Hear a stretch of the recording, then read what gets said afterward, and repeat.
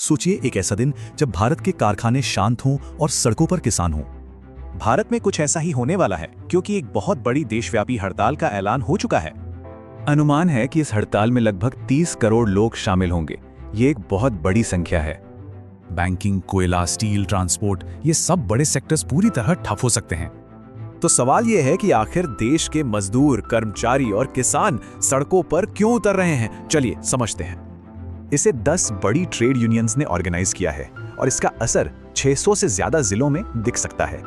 और इस हड़ताल की सबसे बड़ी वजह है सरकार के लाए गए नए लेबर कोड्स पर विवाद। सरकार का कहना है कि ये बिजनेस के लिए अच्छा है, पर यूनियनों का आरोप है कि ये मजदूरों की सुरक्षा छीन लेगा। एक बड़ा मुद्दा है हायर एंड फायर पॉलिसी, मतलब कंपनियां अब आसानी से नौकरी से निकाल सकती हैं। तो प्रदर्शनकारी यही पूछ रहे हैं, क्या ईज ऑफ डूइंग बिजनेस का मतलब ईज ऑफ फायरिंग वर्कर्स है? यही नहीं, हड़ताल के नियम भी इतने सख्त हैं कि अचानक विरोध प्रदर्शन करना अब लगभग नामुमकिन है। पर यह लड़ाई सिर्फ मजदूरों की नहीं है। बैंक कर्मचारी भी पब्लिक सेक्टर को बचाने के लिए हड़ताल पर हैं। वो कॉरपोरेट कर्ज, स्टाफ की कमी और सबसे ज्यादा बैंकों के निजीकरण से डरे हुए हैं।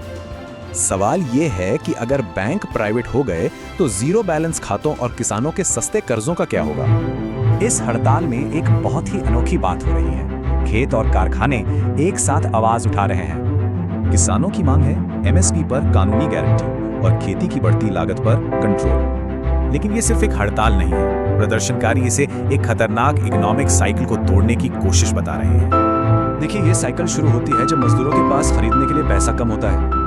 जब लोग कम खर्च करते हैं तो बाजार में चीजों की मांग भी घट जाती है और बाजार में मांग कम होने का सीधा असर किसानों की कमाई पर पड़ता है। प्रदर्शनकारियों का तर्क है कि ये पूरा चक्र आखिर में देश के वर्कफोर्स को ही कमजोर कर देता है। और यहीं ये पूरा विरोध एक बुनियादी सवाल खड़ा करता है कि विकास का असली मतलब क्या है? क्या विकास सिर्फ जीडीपी के आंकड़े हैं या फिर आम लोगों की बढ़ती कमाई और सुरक्षा भी है? सीधी सी बात है, मजदूर सिर्फ रोजगार नहीं बल्कि सुरक्षित रोजगार की मांग कर रहे हैं। लोकतंत्र में बातचीत जरूरी है, पर सवाल ये है कि आगे का रास्ता क्या है?